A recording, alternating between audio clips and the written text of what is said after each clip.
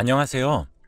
올해 37살이 된 여자이고, 이른 나이에 결혼을 했다가 결혼 10년 동안 아무 일도 없이 무탈하게 살았어요. 얼마 전 남편의 충격적인 배신으로 이혼을 하게 되었답니다. 저는 20대에 결혼을 했고, 당시에는 주위 사람들 중에 한 명도 결혼을 했던 사람이 없어서 많이 망설였지만, 그때 남자친구가 저에게 정말 헌신적이었기 때문에 결혼을 확신할 수 있었죠. 정말 어느 정도였냐면 데이트를 할 때마다 장미꽃 한 송이씩 사와서 저에게 준 것은 기본이었고요. 제가 조금 덜렁거리는 성격이라 음식을 먹으면 많이 흘리고 옷에 묻히면서 먹어요. 이런 저의 어린아이 같은 모습도 마냥 귀여워해주면서 오로지 저를 위해 그 사람의 가방 속에는 항상 물티슈와 휴지가 있었답니다. 제가 뭘 흘리면 으휴, 우리 유진이 또 올렸어? 라며 가방 속에서 티슈를 꺼내서 닦아주는 아빠 같은 남자였죠. 남자친구는 저보다 오빠여서 너무 듬직했고 직업도 좋은 편이라 돈 걱정은 없었기 때문에 저와 결혼과 동시에 모든 경제적인 활동은 그만두고 하루 종일 집안일만 하면서 살았어요. 시부모님도 정말 좋으신 분이신데 제가 어릴 때 결혼을 해서 할 수 있는 요리가 하나도 없었어요. 정말 과일도 못 깎았는데 그저 괜찮다고 우리 집안에 저 같은 며느리가 들어온 것만이라도 감사해야 한다면서 어머니께서 다 깎아주셨답니다. 지금은 결혼 생활을 오래 했다 보니 다 할 수는 있지만 그때는 아무것도 할 수 없는 아기 같았죠. 아무튼 결혼을 하고 사람들은 남편이 바뀔 거라고 했는데 남편은 오히려 저에게 더 잘해주었고 하루 종일 붙어 있을 수 있다며 좋아했습니다.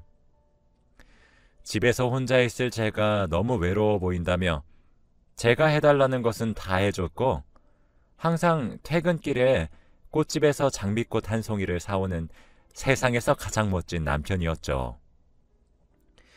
외박도 한 번 안 하고 가끔씩 회식을 하면 연락도 잘하고 집에는 항상 술에 취하지 않은 채로 잘 들어왔어요. 그래서 그런지 저희는 그렇게 10년 동안 싸우지도 않고 늘 신혼처럼 지내게 되었죠. 제 친구들은 이제 나이가 좀 있으니까 하나둘씩 결혼을 하는데 다들 저희 남편을 보고 어떻게 연애 때보다 더 저를 사랑해 주냐면서 자기 남편은 너무 변했다고 이혼하고 싶다고까지 하더군요. 전 모든 남편이 전부 다 저희 남편처럼 초심을 잃지 않은 채 아내에게 잘해주는 줄 알았는데 그게 아니었던 것이었죠. 저는 항상 친구들 모임을 가면 부러움을 받는 사람이었습니다. 최근 들어 남편은 골프라는 취미 생활을 얻었고 처음에는 같이 몇 번 다니다가 제 적성에는 맞지 않는 것 같아 남편은 혼자 다니게 되었죠. 그런데 남편은 골프 때문에 생전 한 번도 해보지 않은 외박도 잦아지고 연락도 잘 되지 않았어요. 남편 말로는 골프하느라 바빠서 그랬다고 미안하다고 하지만 술을 먹으면서도 연락을 잘했던 남자인데 10년 만에 사람이 이렇게 한순간에 바뀔 수 있나요? 그치만 처음에는 남편을 의심하지 않으려고 했답니다. 그런데 제가 말하지 않아도 항상 꽃을 사오던 남편이 이제는 꽃도 사오지 않는 거예요. 그래서 내심 섭섭하다고 내색을 하니까 이제 꽃도 많이 받아봤으니까 질리잖아 라고 하는 게 아니겠어요. 무려 10년을 넘게 받았었는데 저는 단 한순간도 질려했던 적이 없었습니다. 그런데 카드 회사에서 날아온 명세서에는 꽃집에서 결제를 했던 흔적이 있었죠. 분명 저 말고 다른 여자에게 꽃을 사주는 게 분명했습니다. 그때까지는 아직 확실한 증거도 없고 남편을 믿었기 때문에 평소와 다름없이 집안일을 하고 있었죠. 그런데 그때 제 휴대전화로 문자 한 통이 왔고 문자의 내용은 충격적이었습니다. 남편이 저에게 보낸 것이었는데, 여보, 나 좋아하는 사람 생겼어. 앞으로는 이 사람이랑 같이 살 거야. 우리 이혼하자. 라고 왔어요. 오늘 아침에도 웃으면서 회사 잘 갔다 오겠다고 했던 남편이 이런 문자를 갑작스럽게 보낸 겁니다. 그런데 1분 뒤 사진 한 장이 더 왔는데 바로 다른 여자와 입을 맞추고 있는 남편의 모습이었습니다. 저는 문자만 왔을 때는 잘못 보낸 줄 알고 무시하려고 했지만 사진까지 왔을 때는 정말 당황스럽더라고요. 정말 이 사진이 합성이 아니고 사실이라면 남편은 저를 두고 다른 여자를 만나고 있는 거잖아요. 너무 화가 나고 다른 여자를 만나고 있으면서 어떻게 제 앞에서 다정다감하게 얼굴에 그런 철판을 깔 수 있는지 지금 당장 남편을 보면 뺨을 후려치고 싶었습니다. 저는 그 뒤로 앞으로 어떻게 해야 할지 생각에 잠겼고 결국 남편과 이혼을 하기로 결심했습니다. 저희 사이에는 사실 아이도 없었고 둘이서만 살고 있었기 때문에 이혼은 쉽게 할 수 있을 것 같았거든요. 그렇게 남편이 퇴근을 하고 집으로 돌아왔습니다. 평소 같으면 항상 식탁에 저녁 밥상을 차려놓고 웃으면서 반기는 제가 그날따라 밥도 차리지 않고 남편이 와도 현관으로 나오지 않으니 저를 이상하게 생각했나 봅니다.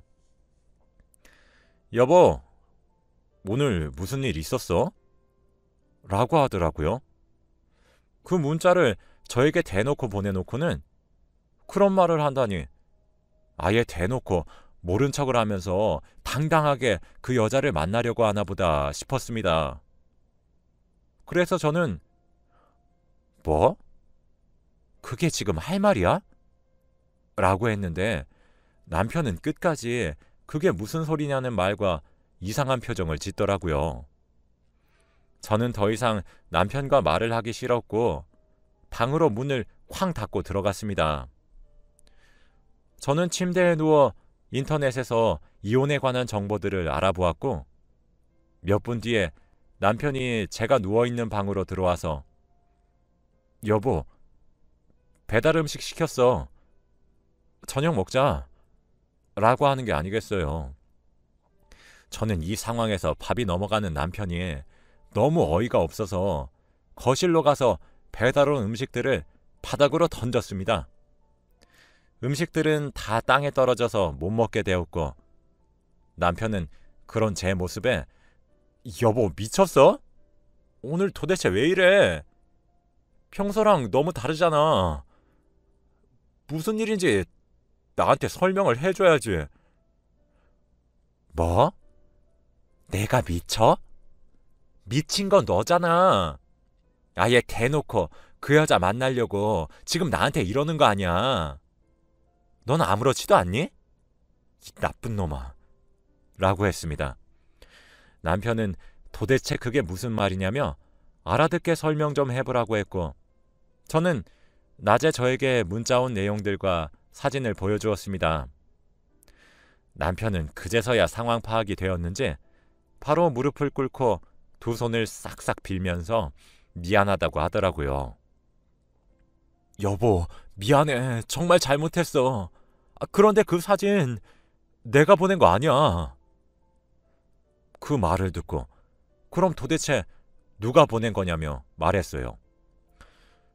그런데 남편도 자기는 모른다며 누가 자신 폰을 빼앗아가서 몰래 보낸 것 같다고 했습니다. 저는 그것보다 남편이 바람을 피우고 있다는 것이 더 중요했기 때문에 당장 이혼을 하자고 했어요.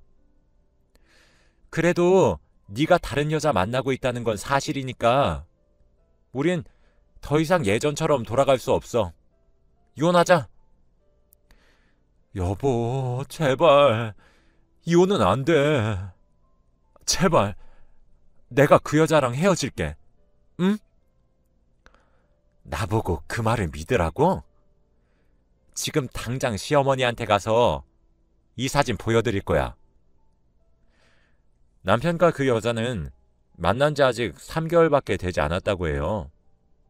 남편도 단순한 호기심으로 만남을 가졌는데 이렇게까지 깊은 관계가 될 줄은 몰랐답니다. 매번 저를 볼 때마다 죄책감을 느끼긴 했는데 그 여자를 쉽게 떼어놓을 수 없다고 해요. 시어머니는 저희 집 근처에서 살고 계셔서 걸어서 5분 거리에 살고 계십니다. 그래서 얼른 남편과 함께 시어머니에게 가서 문자로 왔던 사진을 보여드렸죠. 그러자 시어머니는 미안하다. 며느라, 내가 죄인이다. 전부 내 잘못이야. 아들 잘못 키운 내 탓이다. 욕을 하거든 나에게 전부 하렴. 정말 미안하다. 라고 하시더라고요. 대부분 시어머니는 아들이 바람을 피운다고 하면 며느리에게 네가 얼마나 매력이 없으면 그러겠니? 라고 하셔서 어머니도 오히려 제 탓을 하실 줄 알았죠. 그런데 저희 시어머니는 그러시지 않으셨고 제발 이혼만 하지 말아달라고 부탁했습니다. 아무 죄도 없는 시어머니가 아들 때문에 자기보다 한참 어린 며느리에게 두 손을 싹싹 빌고 있는 모습을 보니 정말 마음이 아프더라고요. 며느라, 내가 죽어서라도 이놈 개집애랑 헤어지라고 할 테니 제발 딱 한 번만 우리 아들 봐주면 안 되겠니? 내가 하라는 거 다 할게. 응? 그래 여보, 나 무조건 헤어질 테니까 제발 한 번만 나 믿어줘. 남편의 말은 귀 기울여 듣지 않았고 시어머니가 그렇게까지 애원하시니 저는 알겠어요 라고 해버렸습니다. 지금 돌아보면 절대 그 선택을 했었으면 안 됐는데 그 당시에는 두 사람이 동시에 저를 붙잡아서 어쩔 수 없었습니다. 그렇게 남편은 저의 마음을 겨우 되돌리고 나서 다시 평소처럼 돌아왔습니다. 예전같이 퇴근 후에는 계속 장미꽃을 사왔고 외박도 안 해요. 골프는 예전만큼 자주 가지는 않는데 가끔씩은 갑니다. 그래도 연락이 잘 되니까 웃으면서 보내줘요. 저는 일주일 후 남편에게 그래서 그 여자랑 헤어졌어?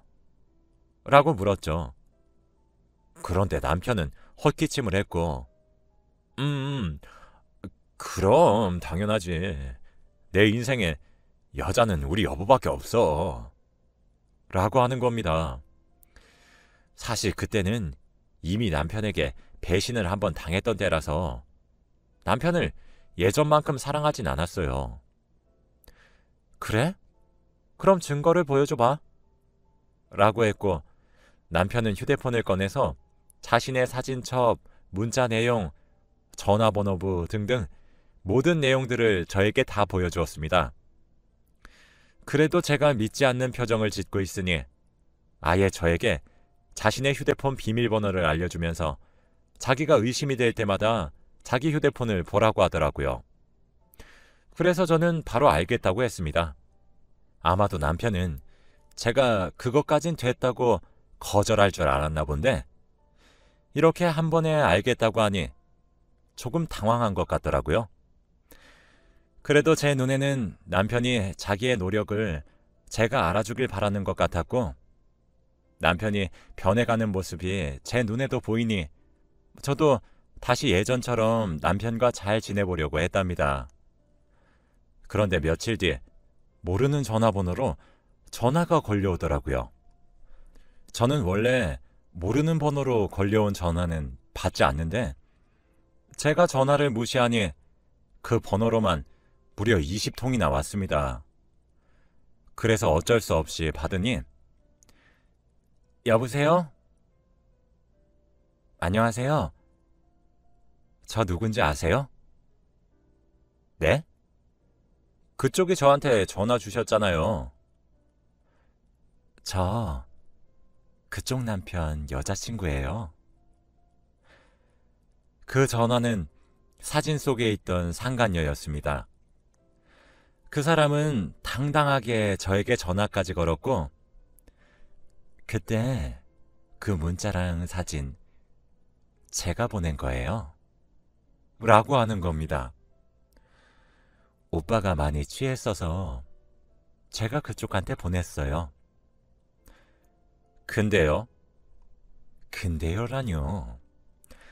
제가 지금 당신 남편이 만나는 여자라고 하는데 놀라지도 않으시네요? 근데 지금은 헤어졌다고 했는데요? 네? 무슨 소리세요? 오빠 지금 저희 집에서 씻고 있는데. 저는 정말 어이가 없었죠. 남편은 골프를 하러 간다고 했는데 헤어졌다는 그 여자 집에서 샤워를 하고 있었습니다. 그러면 지금까지 저에게 골프를 하러 갔다고 했던 건 다 거짓말이었던 것이죠. 그 여자는 전화를 툭 끊었고 남편은 그날 저에게 말도 없이 외박을 했습니다. 도저히 참을 수 없는 분노에 다음날 해가 뜨자마자 그 여자에게 상간녀 소송을 걸었어요.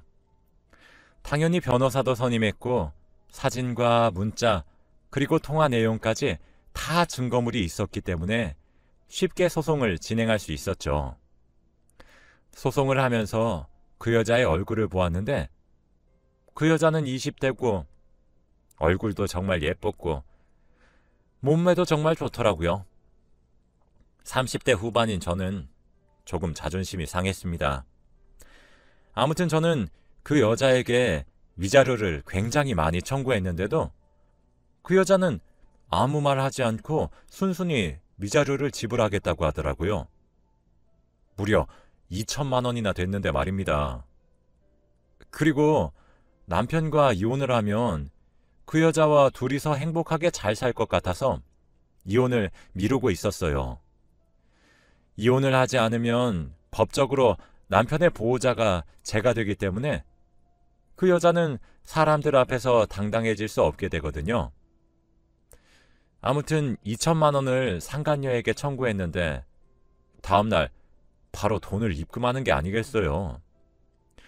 저는 그것을 보고 법이 무섭긴 무서웠나 보네 하며 비웃었습니다.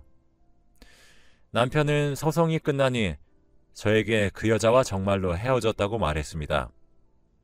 그치만 돈도 없는 여자가 어떻게 그렇게 큰 액수의 돈을 한 번에 보낼 수 있었는지 조금 찝찝해서 남편이 저번에 알려준 자신의 휴대폰 비밀번호로 열고 내용을 뒤졌습니다. 그런데 아무런 증거는 없었고 남편은 정말로 그 여자와 헤어진 것 같더라고요. 남편의 휴대폰에 저장된 그 여자의 전화번호와 사진들이 모두 삭제되어 있길래 저는 드디어 남편이 변했구나 싶어 마지막으로 문자 메시지를 확인해 보았더니 역시 없더라고요. 그런데 제일 밑으로 내려서 보니 저장도 되어 있지 않은 번호랑 문자를 나누었는데 그 내용을 보고 정말 충격을 받았습니다.